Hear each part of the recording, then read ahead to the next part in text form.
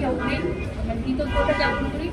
একই সাথে আসলে এই রায়ে আমরা সন্তুষ্ট, যদি আপনারা বলেন যে সন্তুষ্ট কিনা, সেটা আসলে এখন পর্যন্ত আমরা সন্তুষ্ট সেদিনই হব, কারণ আমাদের একটু আরও সামনে যেতে হবে, আরও কিছু পথ যেতে হবে, অ্যাপিলেট ডিভিশন আছে। সো ওই ফেজগুলো পার করার পরে যেদিন রায়টা কার্যকর হবে, যদি একই রায় থাকে এবং রায়টা কার্যকর হয়, সেদিনে আমরা বলবো আসলে আমরা চূড়ান্তভাবে সন্তুষ্ট।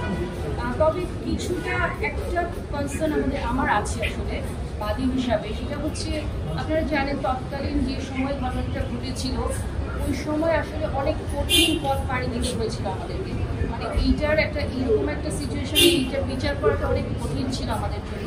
সেই ক্ষেত্রে কিন্তু ওই সময় তৎকালীন যে এসপি সাহেব ছিলেন, এসপি মাসুদ সাহেব ছিলেন কক্সবাজারে, উনি কিন্তু অবশ্যই এটা বলা যাবে না যে চেইন অফ কমান্ডের অর্ডার ছাড়া কোনো কিছু হয়। উনি প্রত্যক্ষ হোক বা পরোক্ষ হোক অবশ্যই ওনার ইনভলভমেন্ট ছিল। আসলে ওনাকে যে আমরা কোনোভাবেই আনতে পারিনি এই জায়গাটায়, মানে বিচারের আওতায়, সেই জায়গাটায় কিন্তু একটা অসন্তুষ্টি রয়েছে আমাদের।